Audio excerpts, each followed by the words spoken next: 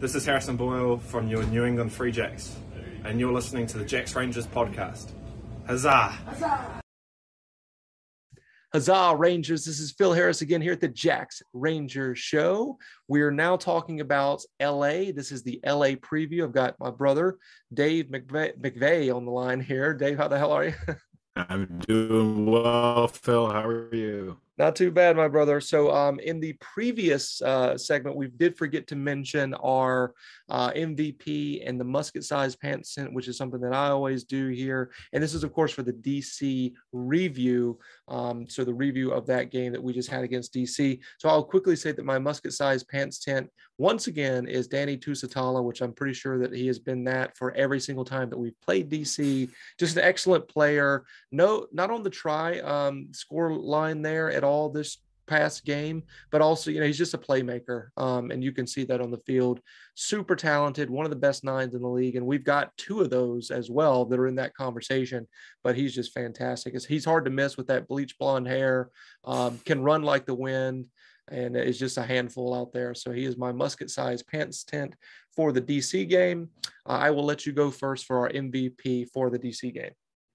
Yeah, I'm going to go ahead and pick Mitch Wilson. Nice. He really stepped up big time with Fife out. He slotted in at 15. He finished 2 tries, one of which he, set up himself with that big line break. Yep. The other was Waka's kick. He also was the last man to, touch the ball before Barlow's try. He was the final runner, did a really good job just following his assignment, fixing the last man, and then putting Barlow into space. He was good defensively, saw him make some really good rangy tackles in the back that you need out of your 15, and really good to see. Great to see him in the lineup. He can slot in at 15 on the wing, so he's definitely made a good argument for himself with the performance he put out on Saturday. He also had a few gutsy attempts to stop 50-22s from going out. Yep. I know that people reacted pretty strongly to that. Some people thought it was very risky. But if you look at the outcomes, they were fine compared to what they would have been. Those attacking lineouts are, you have to figure that almost half of those are going to turn into tries. I mean, it's a big deal to give the other team an attacking lineout on your 5-meter line. Yeah. So, he backs himself on that. I back him. I think it's good to try to make that play. It's also a new skill for all these guys. This is something that's a new law. Mm-hmm. So, yes. They're not going to nail it 100% of the time at first when they're beginning to try these, acrobatic attempts to keep bouncing kicks from going into touch so that they can play back out or kick out of their half. So Mitch Wilson, that's my very long man of the match. No, I love Mitch it. Wilson. It's a great pick. He was my second in line for this. I have to go with our boy, Bodine Waka, who scores 2 tries, did a couple conversions there, missed a couple, but I'm not going to be, too upset with that because the man scored 2 tries and looked really good doing them. He was also the man of the match for the actual game broadcast there. Mm-hmm. So hard to argue with Walker right now. He's probably the most informed 10 in the league. I don't think that's really too shocking of me to say that. He is one of the best, that's for sure. And I'm glad he's a free jack. We're so lucky to have him for sure. Absolutely. He was also DC. They pick a man of the match in their home matches. Yes. They gave him a big old bottle of scotch. Way to go, Bodine. You got some whiskey.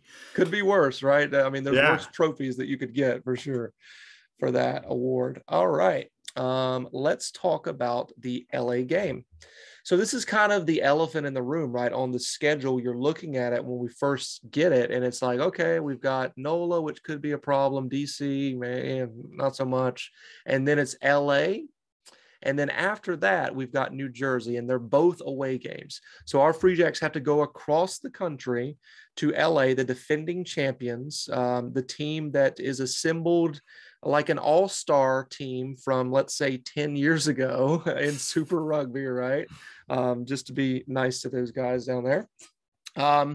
It is, I think, unarguably people's least favorite team if they had to pick them all across every MLR market. If you're pointing at one team and saying, I don't like them for XYZ reason, it is LA. That is why that we on this show, well, specifically me, not you, call them not the me. evil. I kind of like them, but I know you do. Yep. fair points all around. Yes, they are the evil empire.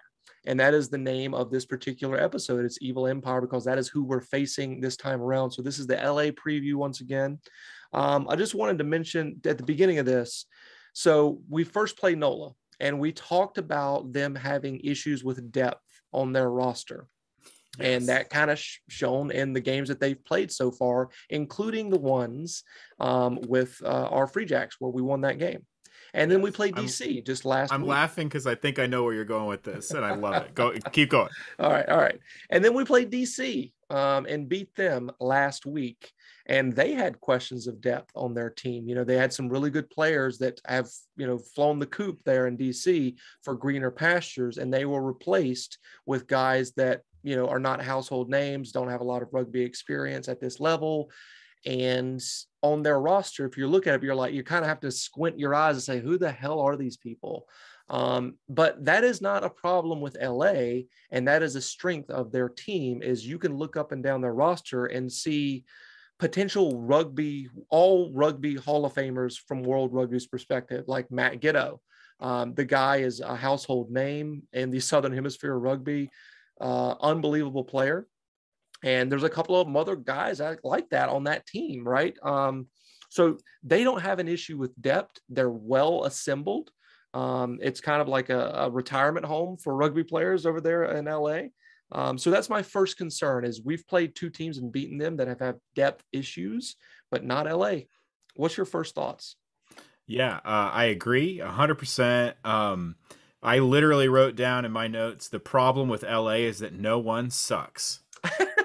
Their whole team's really good. It doesn't mean they're unbeatable. They're very beatable, but you got to execute against a team like that. You run through their roster, and I mean, it's really, really ludicrous. Hanko Hermeshuis, Ben Lesage, DTH Van der Merwe, John Ryberg, Christian Rodriguez, Christian Potvin, Billy Meeks. All these guys could, you know, start on just about any MLR team. And we haven't even gotten to like Matt Ghetto, Harrison Goddard, Charlie Abel, prop, one of my favorite players, obviously. You know, Angus Cottrell. Like the list goes on. They have a lot of athletes who can beat you individually with freak athlete, right? And it demands technical execution from all the players for 80 minutes. It's not that they're unbeatable. They're just a high demand team to beat. They demand a certain level of consistency and performance if you're going to beat them. Free Jacks 100% can produce that. I think it's actually a pretty good matchup for us because I think we've seen the best way to beat LA is to hit them in the mouth, you know, and really play hard-nosed defense and not let them hit that gain line too hard and not let them run, you know, the great set piece stuff that they're going to run because you just get in there and jam it up. Free Jacks can do it. It's going to be, I think, a really entertaining match. I hope you're right about that. I don't want to see this LA team, you know, just whooping our butt for 80 minutes. I don't want to see that at all. I do want to see a competitive match because I think it will come down to that. In the previous, you know, segment, I said I would much rather see a game where we're just in control the whole time. There's no question about who's going to win the game because that's less anxious for all of us, right? As Free Jacks fans, I don't think that's going to be this type of game. And I hope it's not the reverse where LA is just whooping our butt for 80 minutes. That's not fun either. You know, I wanted to mention here that LA looked really slow against the last team that they played, or they came out slow, I should say. That was against Toronto up there in Vancouver, British Columbia. I think it was in Langford, but let's not be too technical about it. They completely shut them down in the second half. That is LA shutting down Toronto, that is. In the second half, Toronto didn't score a single point. It's as if LA woke up and said, okay, we've had our fun here. We've lost our opening game. Everybody thinks that we're not as good as we were last year. Let's turn the screw a little bit here and turn it on. And they certainly did. LA's defense has a lot to do with that. Everybody talks about their offense being so good, and they are, but their defense is right there too. And it kind of goes under the radar. But all you have to do is look at the last game that they played against Toronto and say, when they're on and they want to defend, they can stop teams. And that's what's so scary about them. I will say this real quick before we jump into anything else. This is not the same LA team as last year. And that's a trap that we, all of us as fans, or, you know, if you want to call them experts, the guys that get paid to do this, we all fall into this trap of saying, look at the squad last year and let's talk about that squad last year as if they're this squad this year, especially with these early games, because we just don't know what to expect. We can only go based on what we've seen previously. But here's the deal, Jack, like this team, although they are still very good, they have shown they've shown weaknesses compared to that team last year. And what I mean by that is they lost to Houston in the first game of the year, where we expected LA to come in here and just blow everybody out, blah, blah, blah, blah, blah, you know, eventual champions, all of that stuff. But Houston said, no, we're a team that can show up. And here's how they did this real quick, Dave. So I wrote down, how did Houston beat LA? LA was very ill-disciplined in the first part of that game. 3 yellow cards in the first 30 minutes. Now that's kind of more on LA's part, not how Houston beat them. But you know, Houston was super physical in that game. They punched them in the mouth. Houston took advantage of LA's mistakes, and I can't read what I wrote here, but which led to penalty kicks essentially. So, you know, Houston got a lead. And because of LA's mistakes, they capitalized on that and kind of played like international, more tactician rugby, and said, okay, we'll take the easy 3 points here and extend our lead. And they were able to sustain that throughout that game. And that's how they beat LA. What's your thoughts on that? Yeah, I agree. I think that one thing that we should keep in mind is that last season, LA had a pretty robust preseason down in Hawaii, where they had camp and preseason matches. And they did not have that, to my knowledge. They did not have that this year. They were, you know, had kind of a short preseason like everybody else. And I think that maybe factors into the difference we've seen between LA at the beginning of last season and this season, because they came into the season last year pretty hot too. Yeah, I think you're right that we all just kind of expect form to carry over from the end of one for a championship team in particular, not for any rational reason. We just kind of, you know, it's just like the bias you form, like, oh yeah, those guys kick ass, they're gonna kick ass next season too. And you know, that probably played a little bit into Houston's favor, letting them get hyped up.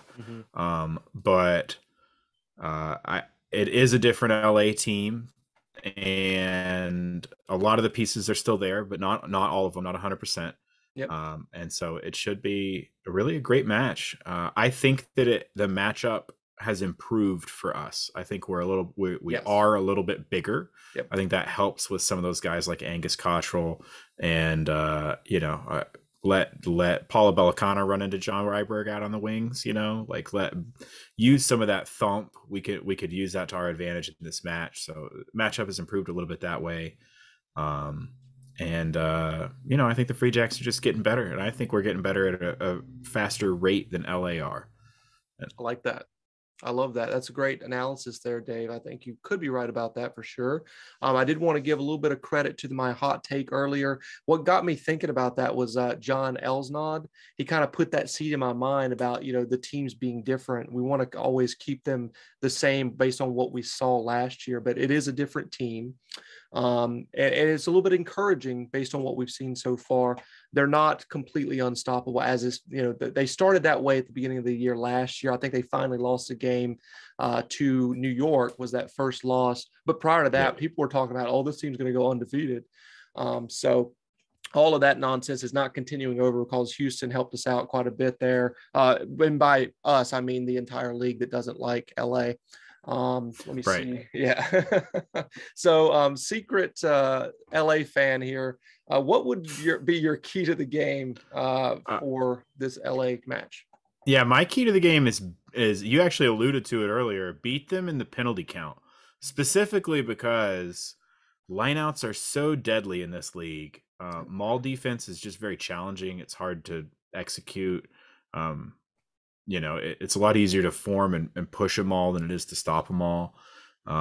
And you really have to minimize, not to mention the backline set piece that you can run off a full line out, as we saw the Free Jacks do down in DC. So you have to minimize how many of those shots you're giving the other team. So beat them in the penalty count, keep them from having too many of those deep lineouts where they can, really set up a threat to score. Love that. Fantastic, Dave. Let's talk about, I'll jump to my key to the game real quick before we get into anything else. Mine is just real simple. It's give them hell. I do expect New England to win this game because, we're fans of the team, right? We don't want to pick against our team.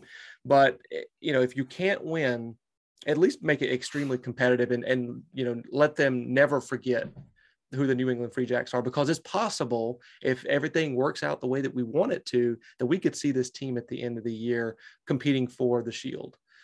So put it in their mind that this team doesn't give up. They're gritty.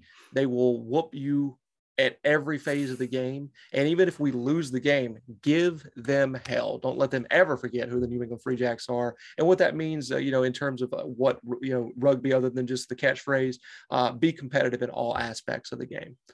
Don't make it easy for them. Don't let them run away with a huge win, because that's demoralizing to your team. You have to go all the way out there to play them. And if they beat us by like 5 tries, that's just embarrassing. And it doesn't make for a good conversation that we have to have, and then they have to have in their team meeting that next day, whenever it would happen to be. So yeah, give them hell. That's my key to the game. Let's jump over to predictions. So what are you thinking? I don't know. These matches have been so high scoring. I feel like I tend to make low score predictions, and then like I'm off by 40 points. Mm-hmm. So I'm just gonna ratchet my prediction up, and I'm gonna say LA 20, New England 28. I think you're right about that LA defense. I think that we are not going to blow them out of the water, but I think we win by more than a score. Okay. I am keeping it a bit more conservative. I like that you're picking our home team, Free Jacks, to win the game. I appreciate that very much, because it gives me a little bit more confidence in what I'm about to say. I do think the Free Jacks win, okay, but I think it's a squeaker. It's like squeaky bum time. We probably win the game in like the last 5 minutes, or maybe even less than that. Or maybe we get like a lead and we hold on to it for like, let's say 10 minutes, and it's a dog fight until the end. So I'm predicting LA 18, New England 21. So a 3-point margin there for our Free Jacks to win the game in LA. And boy, if you thought people were on the bandwagon now, with us being 2-0 and looking really good away from home, boy, oh boy, they will be recognizing who the Free Jacks are and no longer sleeping on us like they did at the beginning of the season. All the experts out there, you're going to be hearing a lot about New England if we win this game in LA. Yeah, so, they'll never shut up about us. We'll be the new talking point. Those New England Free Jacks 3-0. What do you guys think about that? Oh, I think they're pretty great, Hank. We were. You know what? I prefer the underdog flying under the radar, but I do too. I agree. I much more comfortable. Yeah, for sure. Don't want to look too far ahead, but we've got New Jersey after this game. So it's one hell of a road trip for our Free Jacks before we see them at home at Fort Quincy. And this is just, it's a stepping stone. Just like we talked about last week with DC, you can't lose to DC and consider yourself some sort of playoff contender, because that's the game that you should be winning. Well, this is a game that people don't expect you to win per se, but, it'll be a notch in your belt on your way to climb up the mountain here to get that shield if you go to LA's house and beat them. So that's what I'm hoping for. That's what we're predicting here at the Jacks Rangers show. So you got anything else for us, Dave? Any closing thoughts? No, just go do it, boys. What a great first few weeks of the season. Having to sit around for a week kind of stunk, but boy, I can't complain considering the outcome. Free Jacks certainly made good use of it, and I'm really looking forward to this LA game coming up.